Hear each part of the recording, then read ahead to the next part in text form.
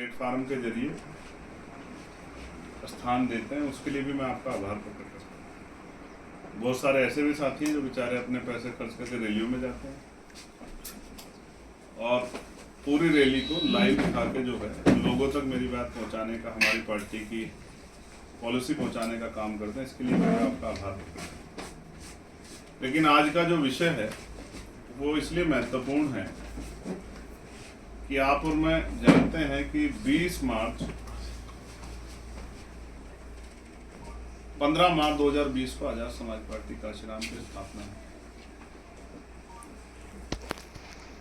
और 2026 में इस समय हम लोग हैं। 27 का चुनाव हमारे सर पर है। उत्तर प्रदेश में जब हम लोकसभा का चुनाव लड़ने के लिए गए 2024 में, तो हम 2 ही सीटों पे लड़े थे। 2022 में जिस तरह का रिजल्ट आए उस परिणाम से हमने हार नहीं मानी, मेहनत की। हमारी पार्टी के अंतिम कार्यकर्ता ने भी अपने काम को, जिम्मेदारी को समझा और जिम्मेदारी के आधार पर काम किया। सीमित संसाधनों में उन्होंने आजाद समाज पार्टी का एक मजबूत संगठन पूरे उत्तर प्रदेश में बनाया। परिणामतः हम लोग जब लोकसभा चुनाव में गए 24 के, तो जिस सीट पे पार्टी ने मुझे लड़ाया उस सीट को हम लोग जीते 1.5 लाख से के करीब अंतर से। वो भी तब जब एक तरफ सत्ता थी, दूसरी तरफ एक बहुत बड़ा गठबंधन था। विपक्ष के लगभग सभी नेता एकजुट थे। 2 ही धड़ों में बटा हुआ था देश, एनडीए या ANDAI अलायंस। उस समय भी कार्यकर्ताओं के बढ़े हुए मनोबल, उनकी मेहनत से ये जो एक बड़ा सा विचार बन गया था कि इधर या इधर के लोग जीतेंगे, उनको हरा के आजाद समाज पार्टी काशीराम ने 1.5 लाख से करीब वोट लेके अपने प्रत्याशी को जिताया।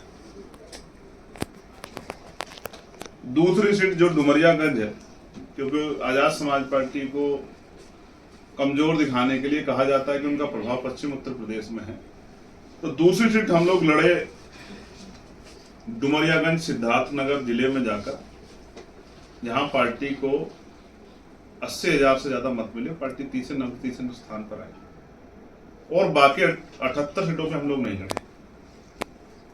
लेकिन अब आजाद समाज पार्टी काशीराम अपनी तैयारियों को और आगे बढ़ा चुकी। 24 से 26 में आ गए। 22 से 24 की तैयारियां और 24 से 26 और 26 की तैयारियां तब जब 24 में आजाद समाज पार्टी काशीराम का एक प्रत्याशी जो जीता और वो सांसद बन के लोकसभा में चला गया और लगातार लोकसभा में जनहित के, कमजोर वर्गों के हर मुद्दे को मजबूती से उठाने का काम कर रहा है। तो 4 जून एक ऐतिहासिक दिन है, जिस दिन परिणाम आए थे। तो पार्टी ने तय किया है कि 4 जून को हम लोग हमेशा के लिए आजाद समाज पार्टी के माध्यम से व्यवस्था परिवर्तन दिवस के रूप में मनाएंगे।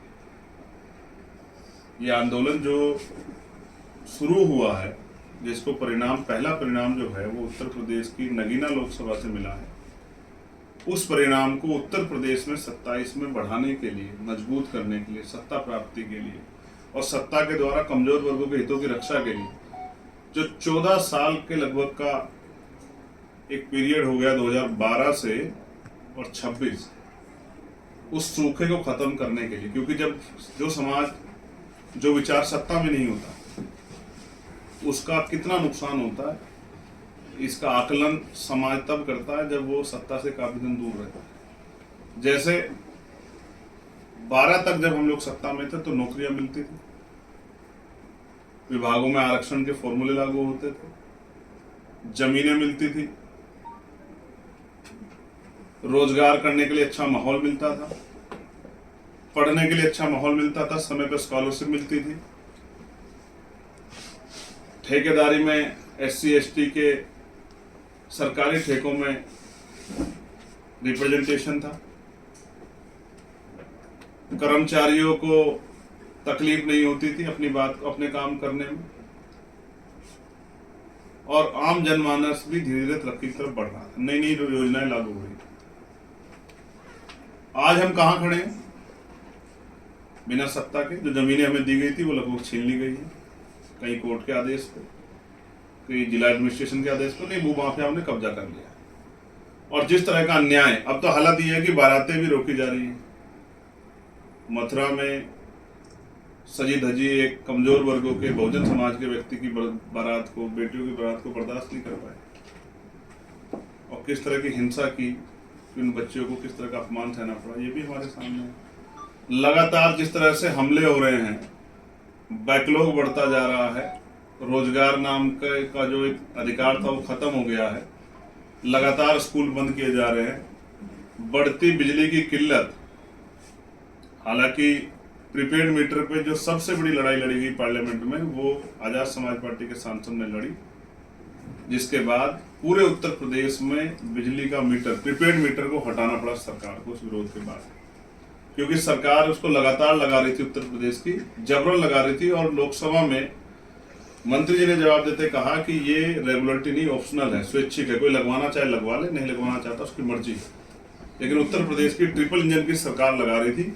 जब विरोध हुआ, आंदोलन हुए, तो मजबूरी में सरकार को पीछे हटना पड़ा। पंचायतों के चुनाव नहीं कराए जा रहे, पर्यवेक्षक नियुक्त कर दिए गए हैं, क्योंकि सरकार की मंशा ही नहीं थी। मैं बार बार कह रहा था कि आजाद समाज पार्टी उत्तर प्रदेश में ग्रामीण क्षेत्रों में ऐतिहासिक रिजल्ट इस बार देगी। तो अब 27 को ध्यान में रखते हुए 4 जून से आजाद समाज पार्टी सत्ता परिवर्तन यात्रा शुरू करेगी, जिसकी शुरुआत उसी जिले से होगी जहां से आजाद समाज पार्टी का प्रथम सदस्य, संसद सदस्य जीत कर आया, बिजनौर से। और पहला फेज हम लोग उसका अनाउंस कर रहे हैं 4, 5, 6, बिजनौर, मेरठ और शामली।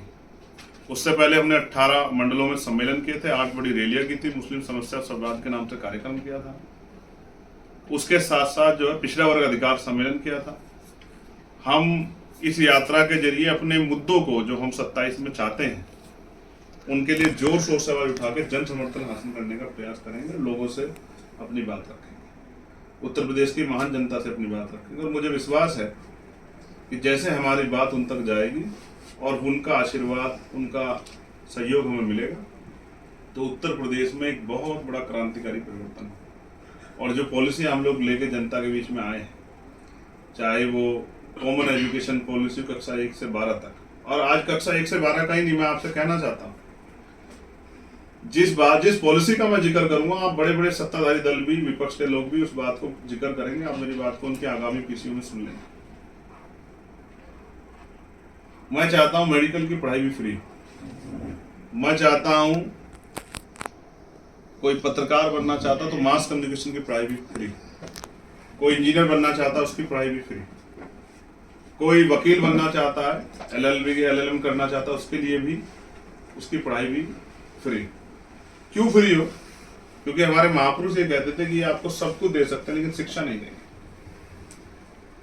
आज हिंदी मीडियम के और प्राइमरी स्कूलों के प्राइमरी स्कूल इस तरह बंद किए जा रहे हैं, तो शिक्षा का इस तरह बाजारीकरण हुआ है, तो कल हमारे बच्चे कंपटीशन नहीं मुकाबला कर पाएंगे। इसलिए चाहे वो एजुकेशन पॉलिसी हो, चाहे कॉमन हेल्थ पॉलिसी हो, चाहे एम्प्लॉयमेंट पॉलिसी हो, चाहे वो अति पिछड़े समाज को 15% अतिरिक्त आरक्षण हो 27% से बढ़ा के, चाहे वो बिजली का 300 यूनिट बिजली का विषय हो, चाहे प्रीपेड मीटर के खात्मे का विषय हो, चाहे ग्रामीण क्षेत्रों को स्मार्ट सिटी बनाने वाली सरकार तो नहीं बना पाई, लेकिन ग्रामीण क्षेत्रों में वो जो है उद्योग से जोड़ के ग्रामीण गांव का विकास करने का विषय हो, चाहे वो आशा आंगनबाड़ी, भोजन माता, पंचायत सहायक, रोजगार सेवक, होमगार्ड, PRD के जवान बहन भाइयों के लिए वेतन वृद्धि हो या सम्मान्य वेतन हो, चाहे सफाई कर्मचारी के लिए पक्की नौकरी हो, ठेकेदारी की नौकरियां खत्म करना, ये जो पूरे विषय हम लोगों ने बनाए, चाहे पर्यावरण का विषय हो, चाहे शहरी क्षेत्र में आवास देने का विषय, ये सारे विषय आजाद समाज पार्टी लेके जनता के बीच में जाएगी और जाके जनमत हासिल करने के लिए लोगों से भारत उत्तर प्रदेश की महान जनता से अपील करेगी। और मुझे उम्मीद है कि ये यात्रा एक बहुत बड़ा परिवर्तन उत्तर प्रदेश में खड़ा करेगी। और ये यात्रा मैं फिर बताना चाहता हूँ, फर्स्ट फेज के बाद ये पूरे उत्तर प्रदेश की गली गली गांव गांव जाएगी और जाके हमारे कार्यकर्ता, हम सब लोग मिलके एक एक परिवार को जागरूक करके एकजुट करने का काम करेंगे, आजाद समाज पार्टी के समर्थन में खड़ा करने का काम करेंगे और सत्ता के द्वारा व्यवस्था परिवर्तन के काम को आगे बढ़ाने का काम करेंगे। आज क्या हालात है? सरकारी दफ्तरों में बिना रिश्वत के कोई काम नहीं है। व्यक्ति जाता है, दफ्तर के बाहर बैठा रहता है, मजबूत आदमी आके अंदर जाके अपना काम करा लेता है। आज क्या है, जो जमीनें दी गई थी उनको किस तरह छीना जा रहा है, बुलडोजर चला जा रहा है। सहारनपुर में आपने देखा होगा, कोई सुनने वाला पूछने वाला नहीं। इनको ऐसा लगता है इसलिए जुल्म भी बढ़ रहा है, रेप हत्याएं भी हो रही, मारा भी जा रहा है बहुजन समाज के लोगों को, और न्याय भी नहीं मिल रहा है। निजी स्कूलों ने मनमानी कर रखी है, फीस बढ़ा देते हैं, सिलेबस बदल देते हैं, यहाँ से सारी वर्दी लेनी पड़ेगी, यहाँ से जूते लेने पड़ेंगे। किस तरह से जनता पिस रही है, और कितना बैकलॉग उत्तर प्रदेश में बाकी है कोई बताना नहीं चाहता। कोई भर्ती ऐसी जो 69,000 शिक्षक भर्ती है, कोई भर्ती जो बिना घोटाले के हो रही है, आरक्षण का घोटाला। अब नीट का पेपर आप देख लीजिए, नीट का पेपर लीक हो गया, कितने पेपर उसके बाद भी मैंने कहा है कि जो पेपर लीक हो गए। अब तो हाई स्कूल और इंटर के पेपर नहीं बच रहे, और जिन रोल नंबर को वीआईपी रोल नंबर बताया जा रहा था वो टॉप कर जा रहे हैं। जो 9th 10th में फेल हो गए वो 12th में टॉप कर जा रहे हैं। देखिए क्या किस तरह का चल रहा है सिस्टम। कई बार तो मुझे लगता है कि हमें अब सीबीआई ईडी इनकम टैक्स की आवश्यकता नहीं है। जो पाखंडी बाबा घूम रहे हैं उनसे भी हम लोग जो हैं, नीट में कौन आदमी जो है पेपर लीक किया उनके बारे में जानकारी जुटा सकते हैं। वो तो सरकार के बड़े करीब है। आप जानते हैं मैं किनका जिक्र कर रहा हूँ, मैं नाम भी नहीं लेना चाहता, मगर ऐसे फर्जी बाबाओं से देश आगे नहीं बढ़ेगा। देश तो वैज्ञानिक दृष्टिकोण से महापुरुषों के रास्ते पर चल के आगे बढ़ेगा। जब तक हमारे लोग इनके भरोसे बैठ के किस्मत का इंतजार करते रहेंगे, अच्छे दिन का इंतजार करेंगे, तब तक अच्छे दिन नहीं आएंगे। जब तक हमारे लोग मेहनत करके, और बाबा साहब अम्बेडकर ने जो पॉलिटिकल पावर हम लोगों को दी है उसको ग्रहण नहीं करेंगे, तब तक हमारे हालात बदलने वाले नहीं। इसी बात को ध्यान में रखते हुए आजाद समाज पार्टी पूरे उत्तर प्रदेश में सत्ता परिवर्तन यात्रा करेगी, और जो इतने सारे मुद्दे हम लोगों ने बनाए उनको घर घर तक पहुंचाने का काम करेंगे। हमारे सीनियर लोग वॉल पेंटिंग करके, छोटे छोटे साधनों से प्रचार करके घर घर तक अपनी बात को पहुंचाएंगे। अब मुझे लगता है कि अगर आपका कोई सवाल हो तो आप पूछ सकते हैं मेरी इस बात के बाद कि जहां इस प्रदेश में सारी चीजों की परमिशन है, वहां आप बाबा साहब अम्बेडकर की जयंती और जो तमाम बहुजन महापुरुष है, गुरु रविदास जी, गुरु कबीर जी, उनकी जयंती पे कोई नई परमिशन नहीं अर्जित कर सकते हैं। और जिस तरह से लखनऊ में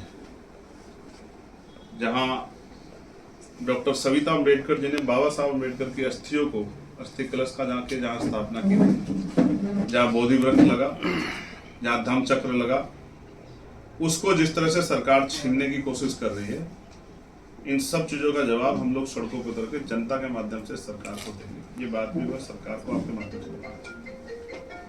नाउ टर्निंग योर, अगर आपके पास कोई सवाल है तो आप पूछ सकते। एक सवाल पूछना चाहता हूँ मैं कि अभी जो है तमिलनाडु में जिस तरह से विजय थालापति सीएम बन गए हैं, उसको देखते हुए कई सारे आपके समर्थक हैं, वो बोल रहे हैं कि उत्तर प्रदेश में आप भी कुछ ऐसा परिवर्तन लेके आ सकते हो, आप सत्ता परिवर्तन जो है यात्रा भी निकाल रहे हो।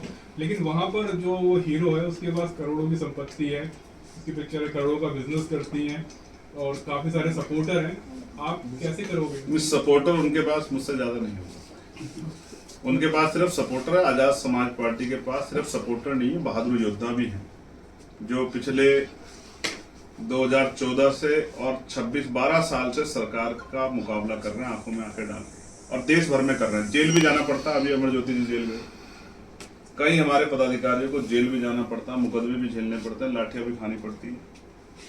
तो अच्छा है, उन्होंने अच्छा किया। हालांकि वैचारिक रूप से हम लोग स्टालिन को पसंद करते हैं, परिवार साहब की विचारधारा को, लेकिन अब जनता ने उनको अवसर दिया, उनके ऊपर जिम्मेदारी है कि वो अच्छा करके दिखाए। लेकिन उससे नौजवानों में, हमारे नौजवान कार्यकर्ताओं में एक बल तो पैदा हुआ है, उनकी भी इच्छा प्रबल हुई है कि जब 2 साल पुरानी पार्टी अपनी ताकत बना सकती, तो हम तो उत्तर प्रदेश में बेस वोट पर आधारित आंदोलन है बहुजन समाज का 85% का, तो हम भी उत्तर प्रदेश में एक बड़ी शक्ति बन सकते हैं। ऐसा उनके अंदर बल पैदा हुआ। सर, योगी जी ने यूपी में मुसलमानों को टाइट कर दिया है, कह रहे हैं कि रोड पर नहीं नमाज पढ़ोगे, तो क्या उनका ये बयान उचित है? नहीं, उनका बयान उनकी विचारधारा के अनुरूप बिल्कुल उचित है, क्योंकि उनको पता है अगर वो ये नहीं कहेंगे और अपने वोटर्स पे मुसलमानों को टाइट करने का जो है सिगुफा नहीं छोड़ेंगे, तो ऐसा उन्होंने कुछ किया नहीं कि जनता उनको वोट देगी। जिस तरह से इस सरकार में कमजोर वर्गों के